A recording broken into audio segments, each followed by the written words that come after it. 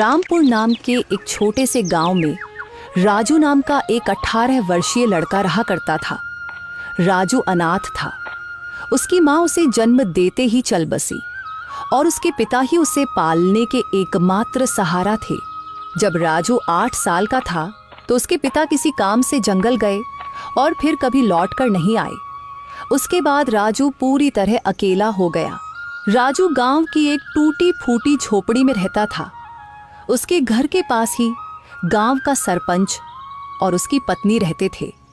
उनकी अपनी कोई संतान नहीं थी, इसलिए राजू के माता पिता के गुजर जाने के बाद उन्होंने ही राजू को पाला।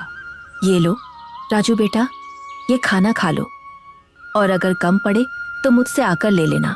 अरे मौसी, मैं कब तक आपके ऊपर बोझ बनकर बैठा रहूंगा? अब तो मुझे शर्म आती है।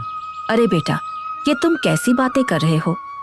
अगर तुम हमारे अपने बच्चे नहीं हो तो इसका मतलब थोड़े ना है कि तुम हम पर कोई बोझ हो।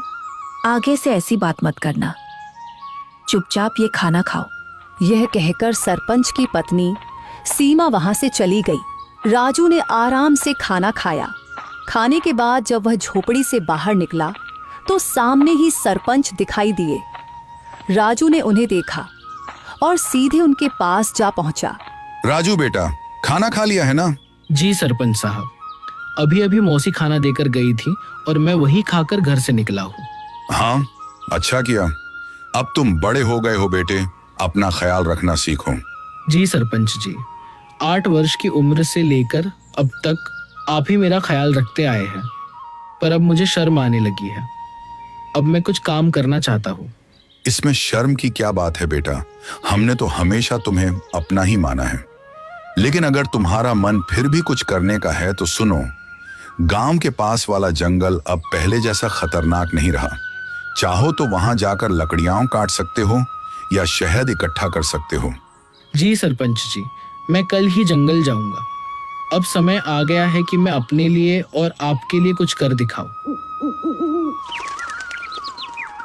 अगले दिन राजू एक कुल्हाड़ी लेकर जंगल की ओर चल पड़ा। कुछ ही देर में वह जंगल पहुंच गया। जंगल में कदम रखते ही उसने सोचा, कुछ भी कहो, सरपंच जी ने बचपन से लेकर अब तक मेरी बहुत मदद की है। अब समय आ गया है कि मैं अपने पैरों पर खड़ा होकर दिखाऊं और अब मैं उनकी सेवा करूं ताकि उन्हें अपनी संतान की कमी महसूस ना हो और वे हमेशा खुश रहें। अभी राजू ये सोच ही रहा था कि अचानक उसकी नजर एक कोयल पर पड़ी जो उसे बड़े ध्यान से देख रही थी। अरे, यह कोयल मुझे इतनी गौर से क्यों देख रही है? इसका आकार तो बाकी कोयलों से बड़ा है और देखने में भी यह कुछ डरावनी लग रही है। राजू ने अभी इतना ही कहा था कि तभी कोयल उड़ती हुई उसके पास आ गई और इंसानी आवाज में बोली, मैं तुम्हें भली भांति पहचानती हूँ।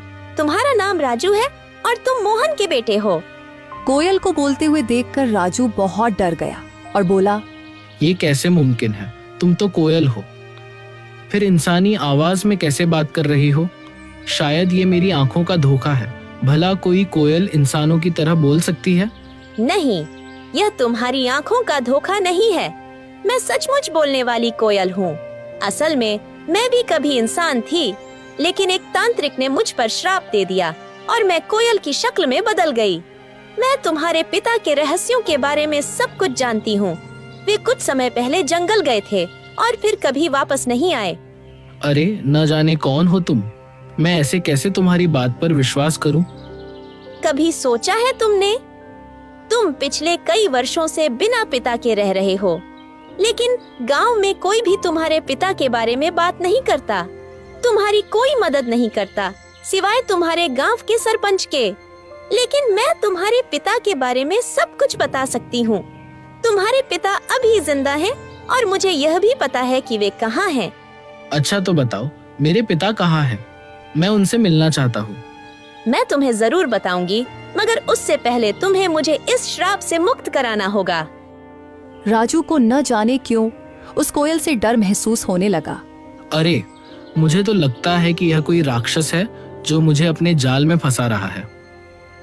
इससे पहले कि यह मुझे नुकसान पहुंचाए, मुझे यहाँ से भागना होगा। यह सोचते ही राजू तेजी से गांव की ओर दौड़ पड़ा।